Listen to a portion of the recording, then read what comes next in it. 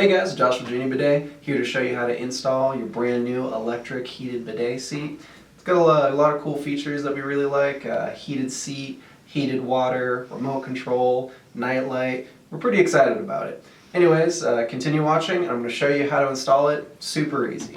So once you open up your bidet box, this is everything in it. The unit, of course, you'll have your mounting hardware. This is the bracket, and then this is the hardware that mounts the seat unit to the toilet. You'll have your T-connector.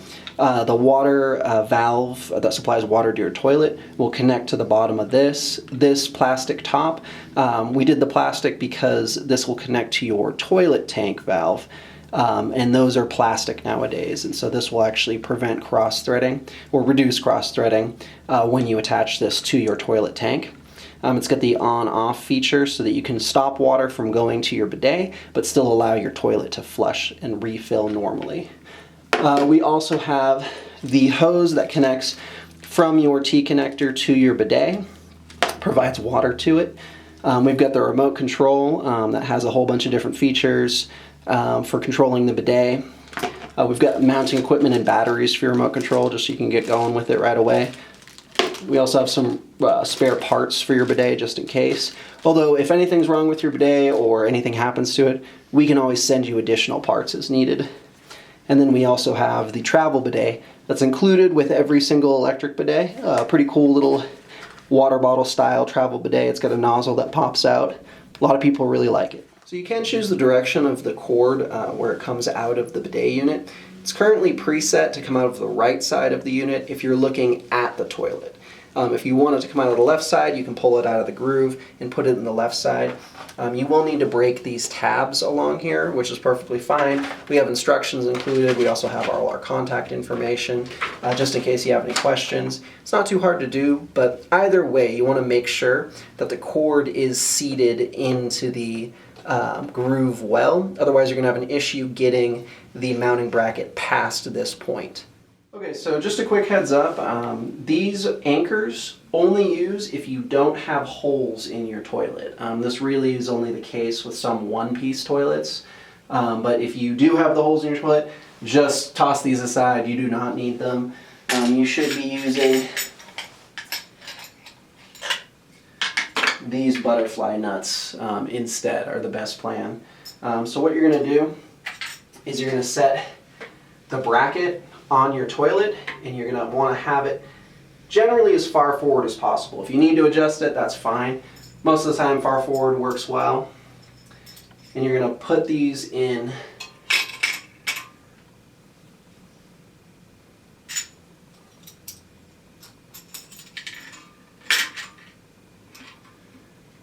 and try to bring it forward like that.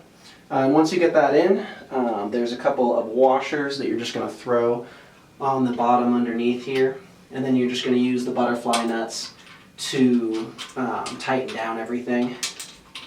So I've got the mounting bracket on here. You can use a screwdriver. I actually have used a power drill before, and you just want to get these pretty tight on there. I've got the butterfly nuts underneath there.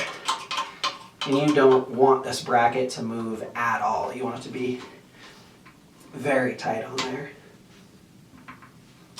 So that just should not move. That should be secure to the toilet because you don't want the seat sliding around.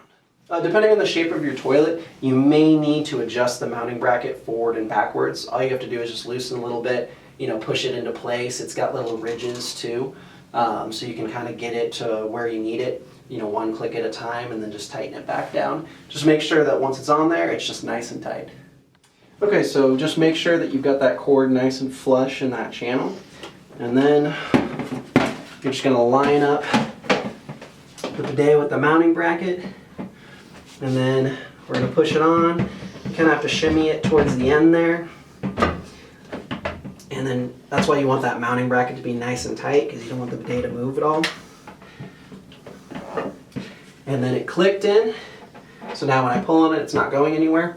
But if I do need to take it off to clean it or anything like that, the button's right here. You just push, and it should shimmy right off. Alright, so what I've done is I've turned off the water supply valve, and then I flushed the toilet and emptied the tank completely. I'd still throw down a rag just because you're going to get a little bit of water coming out of the hose and the tank. Not a ton, but just enough to have a rag.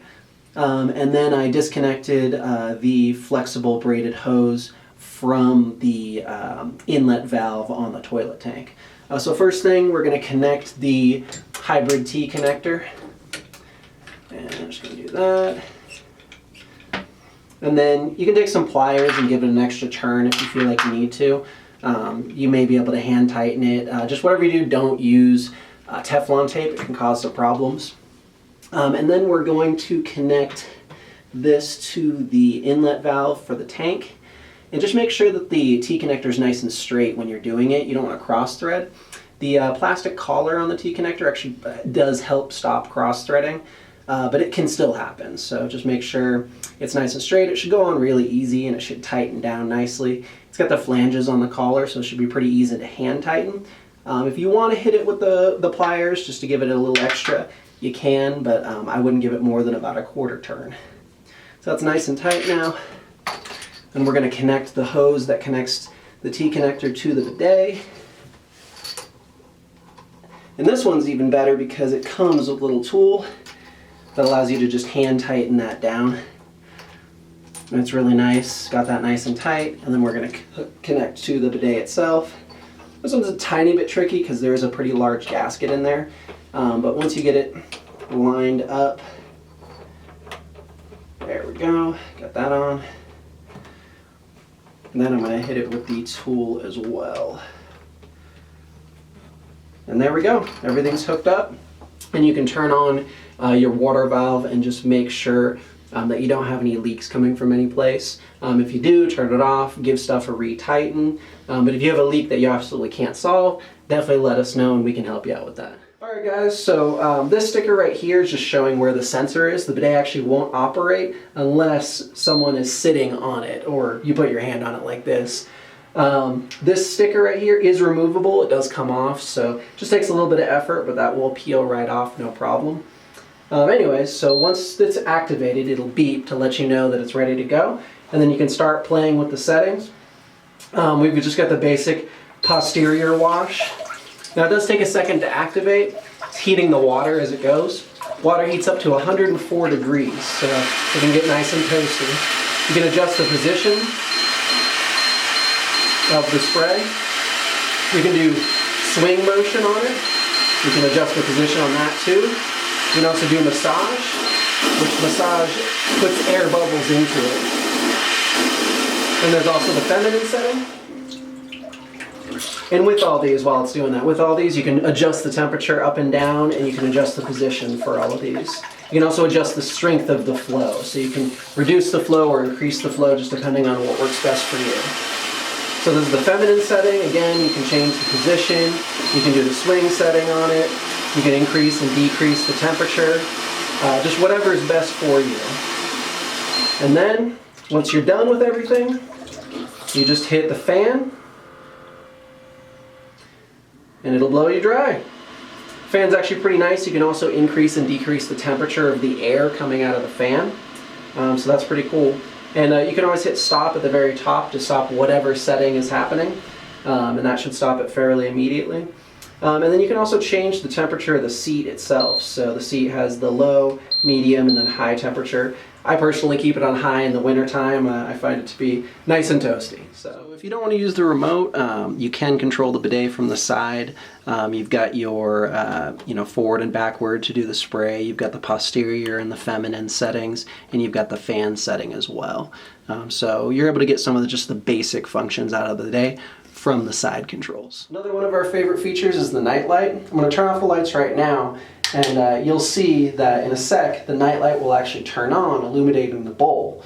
And this is a really cool feature because now you can see what you're trying to hit. You don't have to turn on the overhead lights. You can see that the seat is down, so you don't have to worry about sitting on an open seat or something like that. Also, it does illuminate a little bit while the seat cover is down, so you can still see the toilet when you're trying to stumble to it in the middle of the night.